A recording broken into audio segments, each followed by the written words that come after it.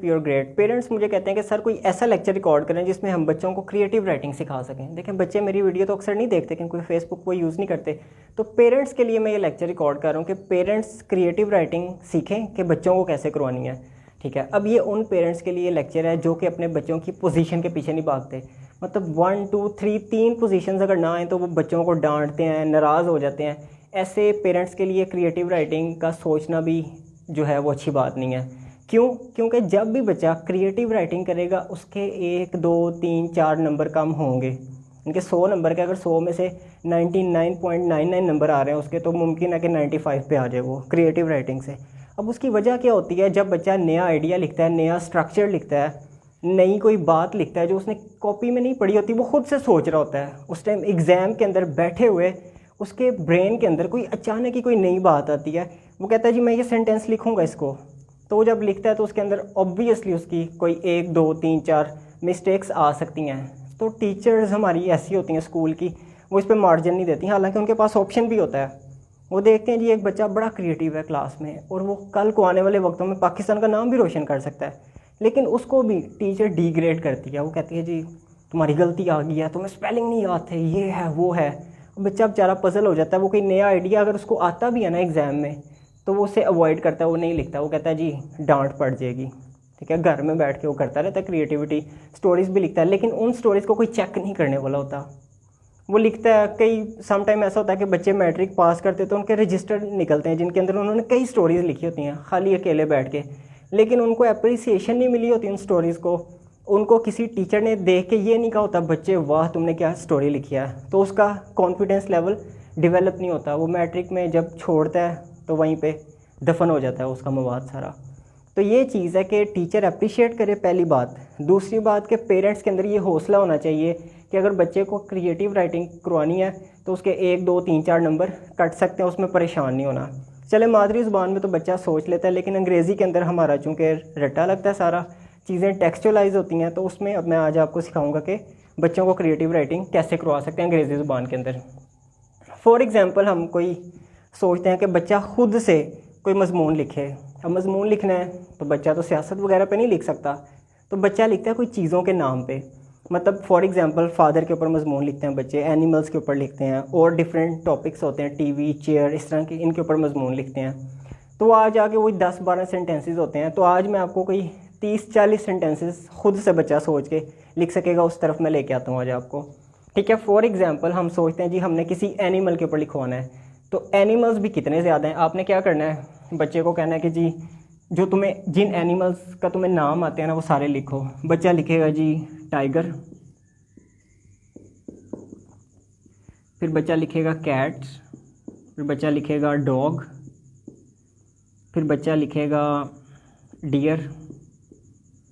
ठीक है, एलिफेंट वगैरह जो भी उसको पता होगा वो सारे लिख लेगा। फिर आपने उसको पूछना है कि इसमें से एक सेलेक्ट करो जो तुम्हारे जिसके बारे में तुम्हें इन्फॉर्मेशन ज़्यादा है। ये स्टेप बाय स्टेप चलना है। अगर आप उसको खुद उसके सर पे थोप देंगे कि जी तुमने माई कैट के मजमून लिखना, फिर वो लिखेगा वो रटे वाला जो याद किया होगा उसने। अभी उसको कहना सोच के लिखना है, अपनी मर्ज़ी से, तुम्हारे पास चॉइस है, जो तुम्हारा दिल करता है उसको लिखो तुम। बच्चा फॉर एग्जांपल कहता है जी मैंने टाइगर का लिखना है, उसका दिल करेगा कि जी कैट का तो चलें याद है, टाइगर पे कोई नई इन्फॉर्मेशन लिखने की कोशिश करते हैं।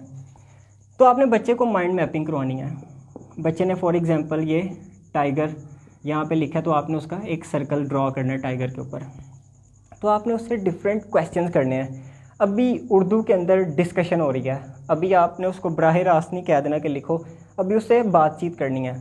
अच्छा, डिस्कशन से पहले आपने एक काम करना है। जब हम पढ़ते थे तो हमारे दौर में सिर्फ एक तस्वीर लगी होती थी बुक के ऊपर, उस तस्वीर से ही हमने एनालिसिस करना होता था जी इसका ये सिस्टम है, ये काम करता है, ये इस तरह की इसकी फ़िज़ीक होगी, इस तरह का डेंजरस है या फ्रेंडली लग रहा है। तो आजकल तो वीडियोस का दौर है, बच्चे को वीडियोस दिखाएं टाइगर के ऊपर, 10-12 वीडियोस उसको दिखाएं, छोटे शॉर्ट क्लिप्स, जिसमें वो शिकार कर रहा है, जिसमें वो किसी जगह पे रह रहा है, जिसमें वो भाग रहा है, तो जिसमें कुछ खा रहा है वो। ठीक है, अब ये भी क्वेश्चन है ना, खाता क्या है, सब्ज़ी खाता है या गोश्त खाता है।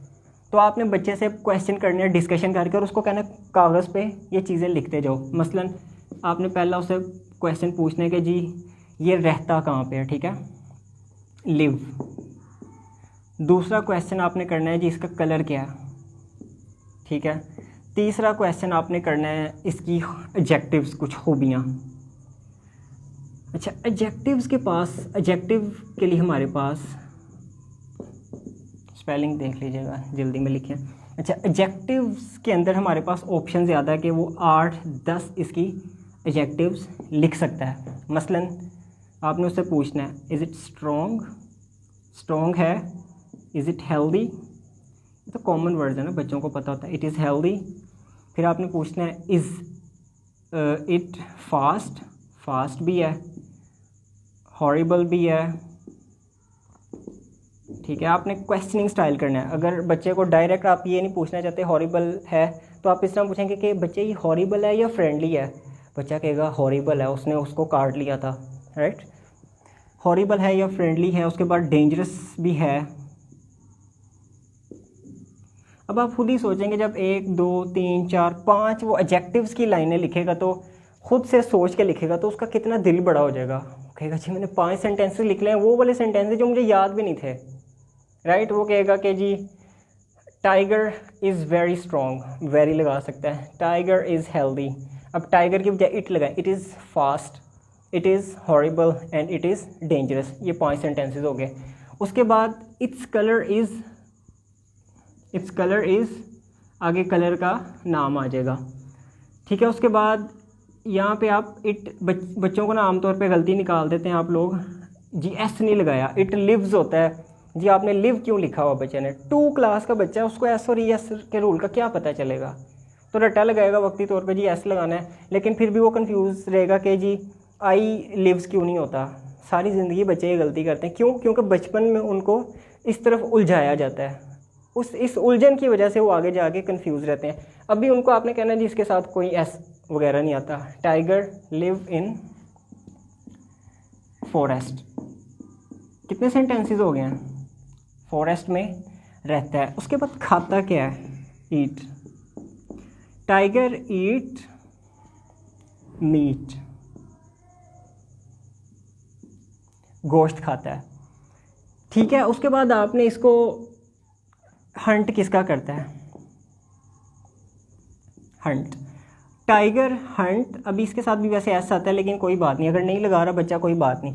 अगर बच्चा थोड़ा ब्रिलियंट है, मतलब 6ठी 5वीं 7वीं क्लास के बच्चे कुछ अंडरस्टैंड करते हैं रूल्स को, ग्रामर के, तो उनको आप बताएं, उनको कहें कि जिसके साथ एस लगा लो, टाइगर हंट्स।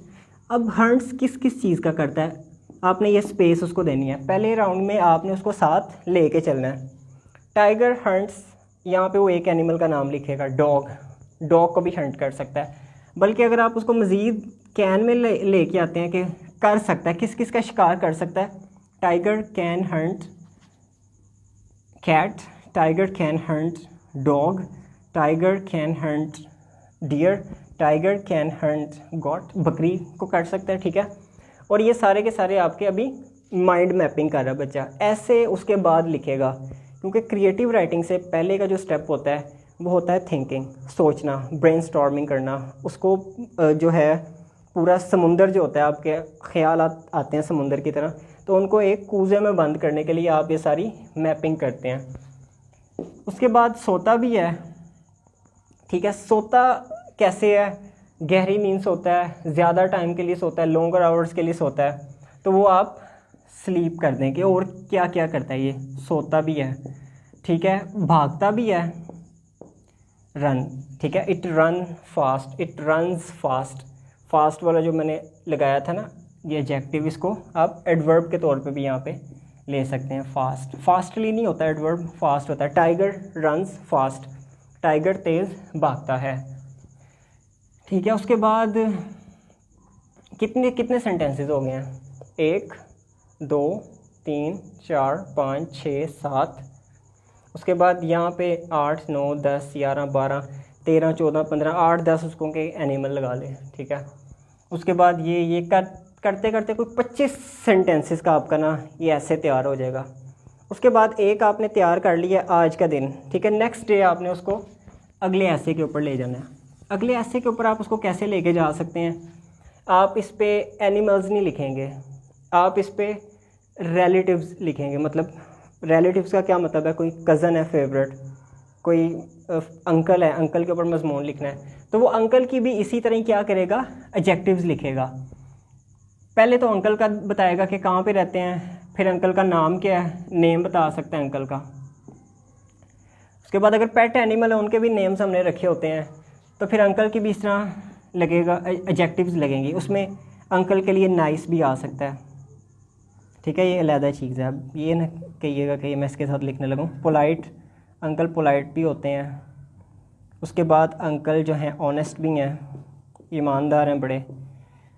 ये भी 8-10 एडजेक्टिव्स हो जाएंगे अंकल की। फिर अंकल काम क्या करते हैं वो बताएगा, जिस तरह ये शेर भागता है, शिकार करता है, तो अंकल जो हैं वो कई काम करते हैं। आपने उसको 8-10 वर्ब्स दे देने हैं। मतलब अंकल दोस्तों से मिलते हैं, अंकल जो है वो गिफ्ट्स भी ख़रीद के लाते हैं, अंकल जो है वो बाहर लेके भी जाते हैं आपको, ठीक है, टेक यू आउट, बाहर लेके जाते हैं। अब जब बच्चा सोच रहा है ना, तो सोचते हुए मुमकिन है कि वो पूछे कि मामा या पापा इसको इंग्लिश में क्या कहते हैं, तो उस पर आप उसको गाइड करेंगे कि, क्योंकि अभी चूँकि हम अपनी मादरी ज़ुबान में ही सोचते हैं, फिर उसको ट्रांसलेट करके लिखते हैं। मैं तो अपने जो स्टूडेंट्स हैं मेरे, उनको तो मैं बराह रास्त ही सेकंड लैंग्वेज में थिंकिंग करवाता हूँ, ट्रांसलेशन मेथड में यूज़ नहीं करता। तो लेकिन अभी आपको ये गेम समझ नहीं आएगी कि डायरेक्ट सेकंड लैंग्वेज में थिंकिंग कैसे करवानी है। तो अभी बच्चा अगर मादरी ज़ुबान में सोच भी रहा है तो आप उसको थोड़ा थोड़ा गाइड कर दें, सेम टू सेम, मतलब जिसको हम वर्ड टू वर्ड ट्रांसलेशन कहते हैं वो नहीं आपने करनी, उसको थोड़ा सा आइडिया देना आपने। आइडिया मतलब वो कहता है जी अंकल जो हैं वो हमारे लिए गिफ्ट्स लाते हैं, तो आप सिंपल कहते हैं अंकल ब्रिंग्स गिफ्ट, बस। तब ये नहीं कहना uncle brings gifts for you, थोड़ा लेंथी ना करें, सिंपल अंकल ब्रिंग्स गिफ्ट्स, बस। कोई बात नहीं, अगर 3, 2, 4, 5 का बच्चा है तो वो छोटा सेंटेंस लिखेगा, कोई इशू नहीं है। तो आप इस तरह करके ना बच्चों को कुछ मैपिंग करवा के, थिंकिंग करवा के ऐसे करवाएं, इंशाल्लाह ताला बड़ा फ़ायदा होगा। तो उम्मीद है कि आपको ये लेक्चर अच्छा लगा। If you like the video just share with your friends. Take care, अल्लाह हाफ़िज़।